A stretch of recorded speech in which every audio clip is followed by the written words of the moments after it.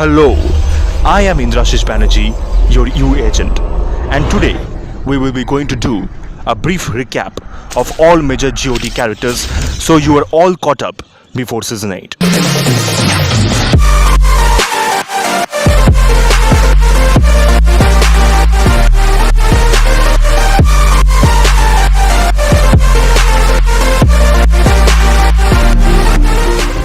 Sherbrawn of the Blackwater Bay.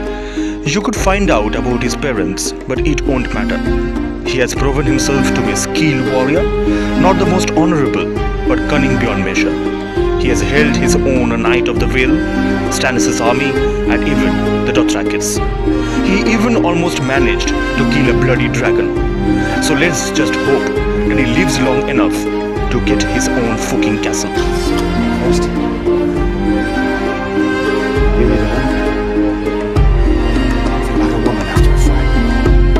Samuel Tarly. Sam the Slayer Tarly went from being outcast from his own house to being the first person in 1,000 years to kill a White Walker. That's something, right? Jon's most loyal friend, Sam, stood by him in every decision he ever made. He even found a cure for grayscale. And now he's back to Winterfell and found out Jon's true heritage. We are still unaware about what role he has to play in the Great War. But with his knowledge, it's quite possible that he finds a way to defeat the White Walkers for good.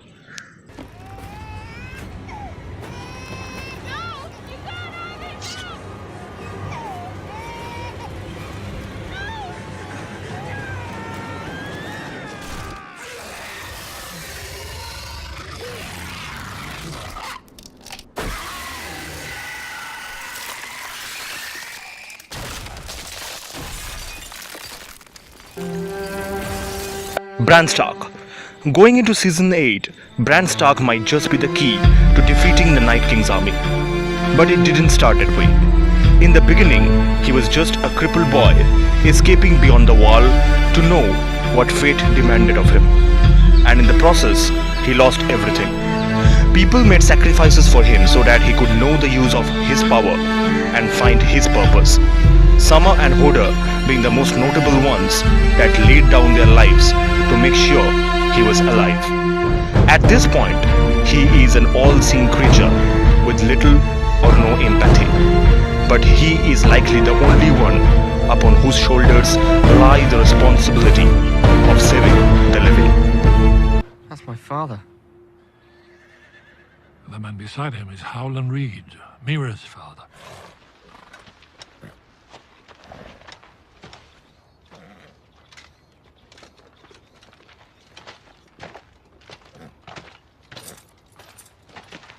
Sir Arthur Dane. The sword of the morning. Father said he was the best swordsman he ever saw.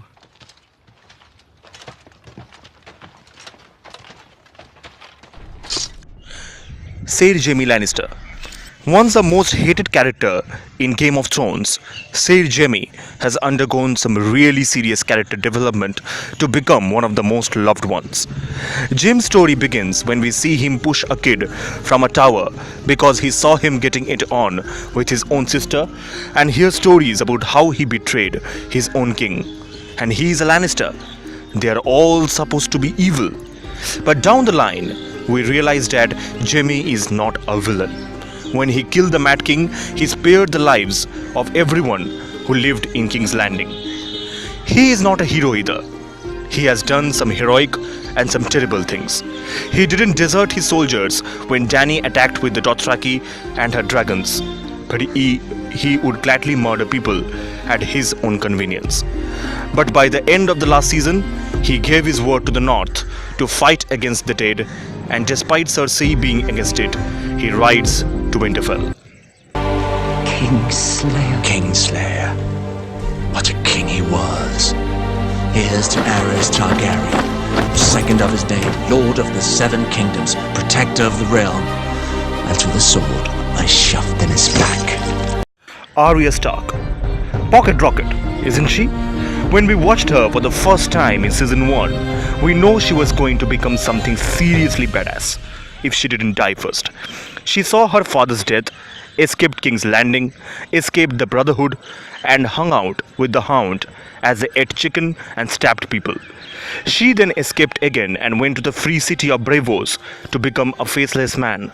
She trained, she made mistakes, lost her eyes, got her eyes back, and returned to Westeros, killing a bunch of people as she did so.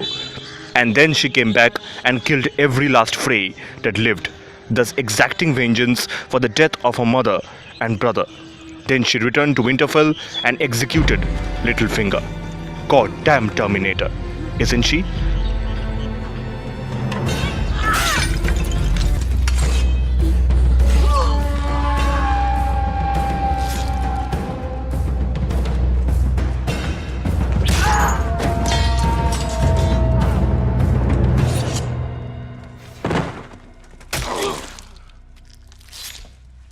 Something wrong with your leg, boy? What do you mean? Can you walk? I've got to carry you. Carry me? Find a little blade.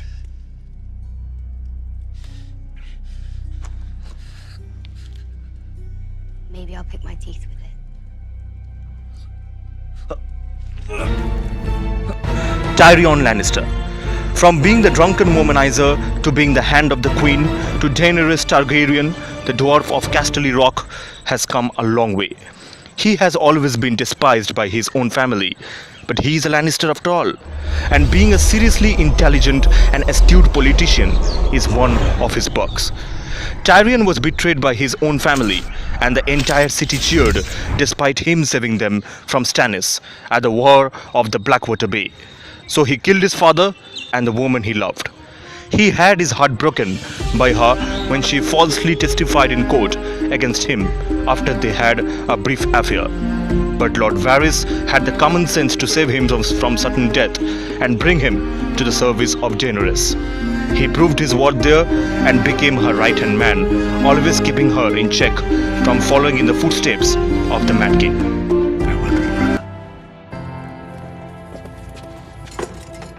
I believe in you. When I was a child, an uncle asked what gift I wanted for my name day.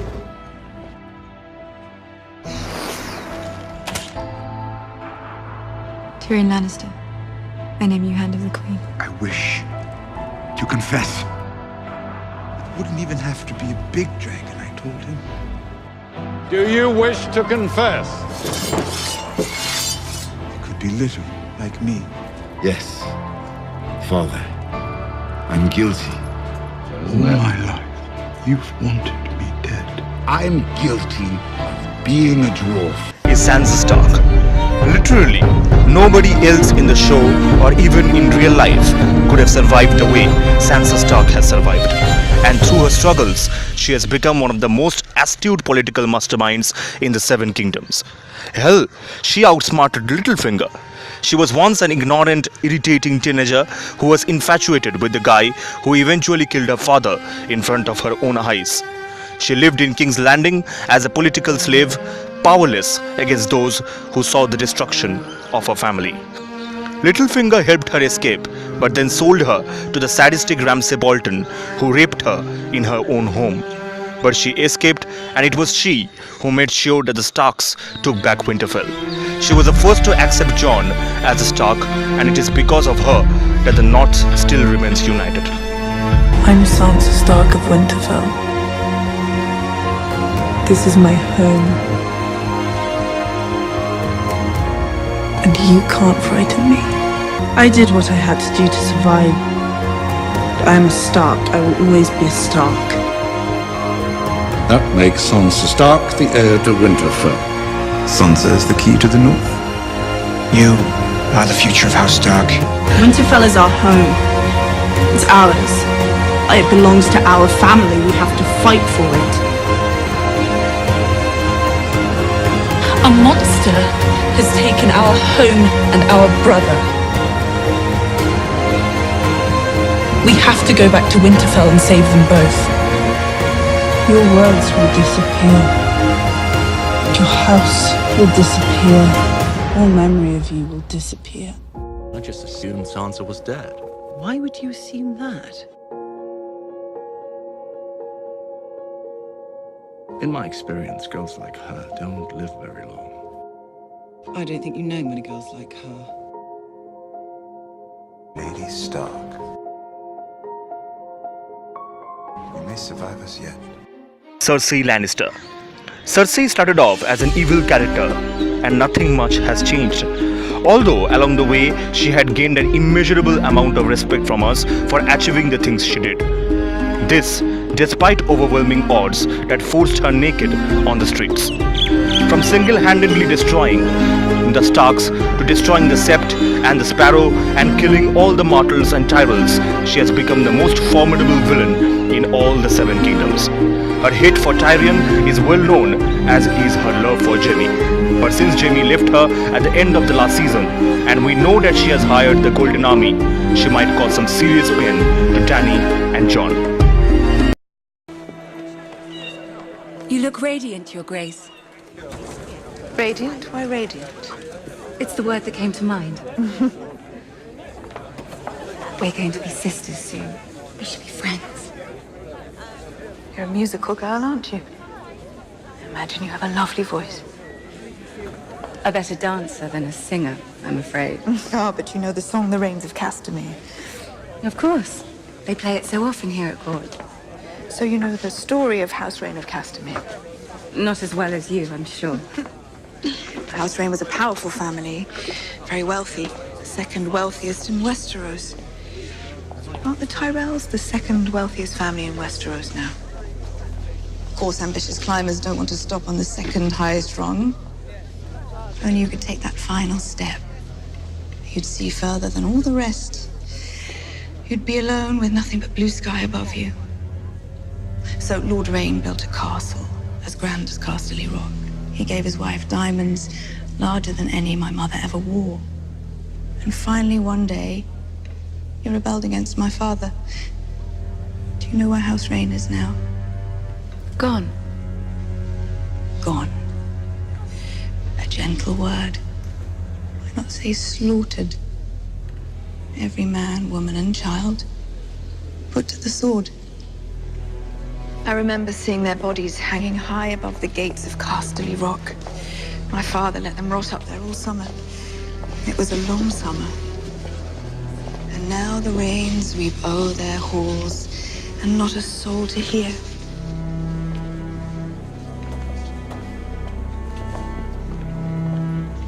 If you ever call me sister again, I'll have you strangled in your sleep.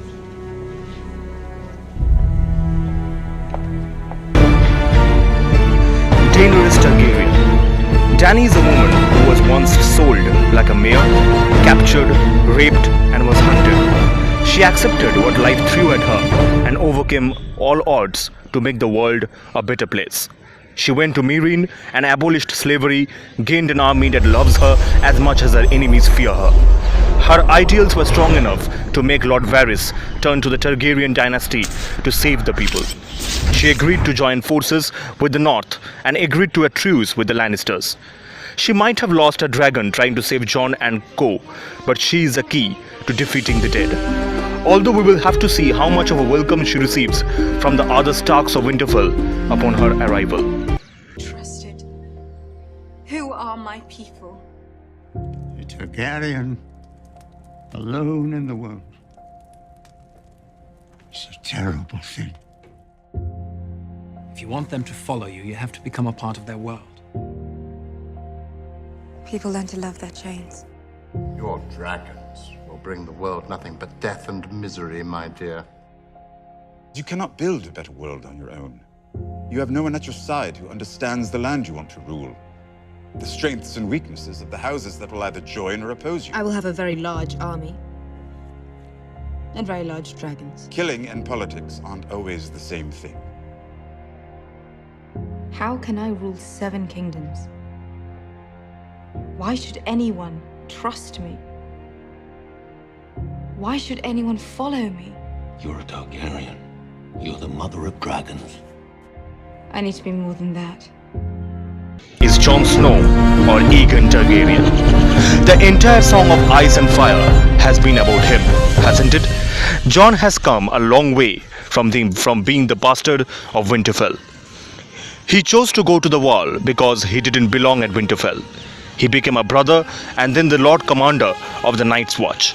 He became the first Lord Commander to grant passage to the wildlings through the wall and help them rehabilitate, which got him killed. But then Melisandre brought him back. And since then, he has retaken Winterfell, gathered an army, convinced Dany to fight beside him, and is going to lead the war against the dead. But he doesn't know that Dany is his actual aunt. So that would be a very weird revelation. Your mother was Lyanna Stark. His name is Aegon Targaryen. And your father, your real father, was Rhaegar Targaryen. You've never been a bastard. You are Aegon Targaryen, true heir to the Iron Throne. Father, smith, warrior. Mother, maiden, crone. Stranger, I am hers, and she is mine. From this day until the end of my days. My father was the most honorable man I ever met. You said he lied to me all my life.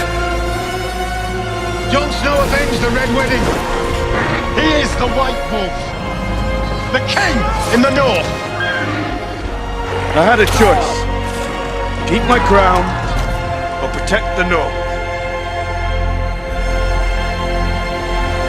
I chose the north. So here are our 10 main characters that we will be looking forward to in the final season of the Game of Thrones. What are your favorite characters? Do let us know in the comment section. And if you like this video, our first video, please hit the like button, and you have to do two things more. You have to subscribe and hit the bell icon. So that's it for today. Thank you. Tata. Bye bye.